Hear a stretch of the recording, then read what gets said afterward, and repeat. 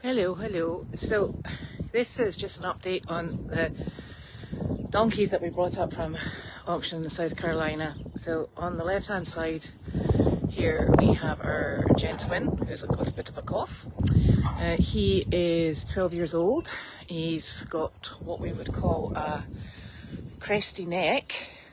You can see here, not least for staying, the crest of his neck has flopped over, which suggests that he has been exceptionally overweight at some point in his life and has now lost weight, and the tone will never come back up. Now, this was a lady I had Dr. Parrott out to see yesterday, and she looks a lot older than she actually is. She's an absolute sweetheart. She is only 14, and the issue that he came to speak with us about, hello my love, is this unfortunate situation in here with her back foot. And if you can see, the back foot has actually curled right the way underneath her leg, and this is something that I haven't particularly seen before. If they have laminitis or founder, hello my love, the hoof goes in the opposite direction, the back's there and it goes up in the air.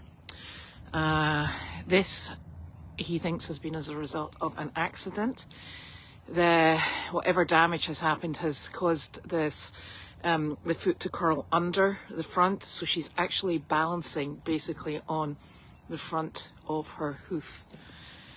There's nothing really we can do about it, and that in conjunction with, when you look at her back heels, the back heels are sunk down to the ground.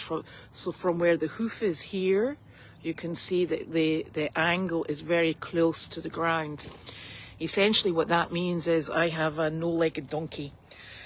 And Janine picked this donkey in particular because she was been bought up by a dealer who had taken all the rest of the donkeys. It was very evident that she wasn't going to do particularly well, and we had at the forefront of our mind the chances that she might not make it. I think unfortunately that is exactly what's going to happen, but there's nothing that we can do with love nor money to actually give her a better quality of life. What we need to do is keep her as comfortable as possible. She's not in any pain. You can touch the hoof. That exceptionally uncomfortable leg actually isn't causing her any upset at the moment, but it's a quality of life situation. She struggles to get round about, and we have to take that into account.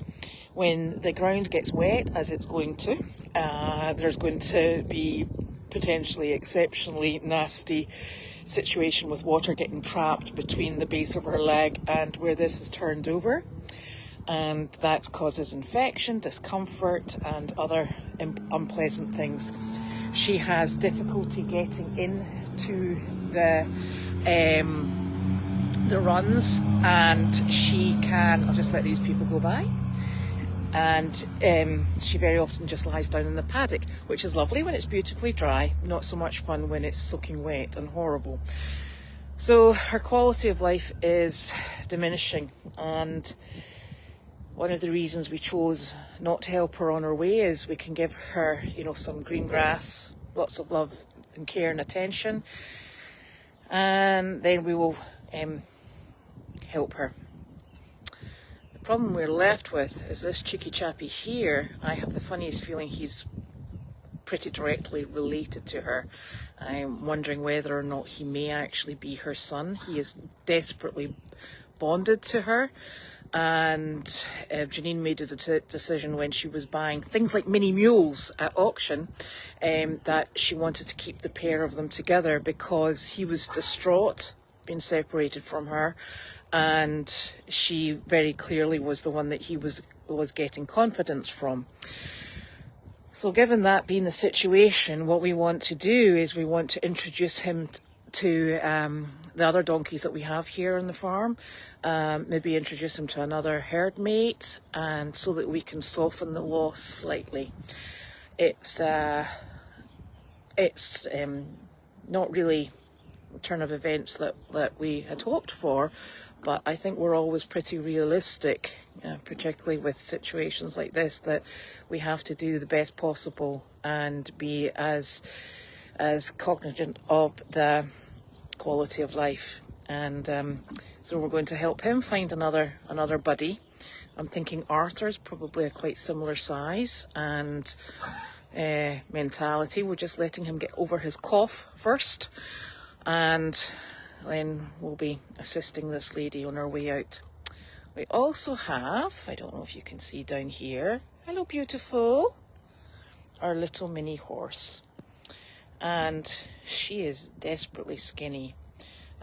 She's still a bit skittish, and we've had her on antibiotics for over a week now. Hello, honey bunny.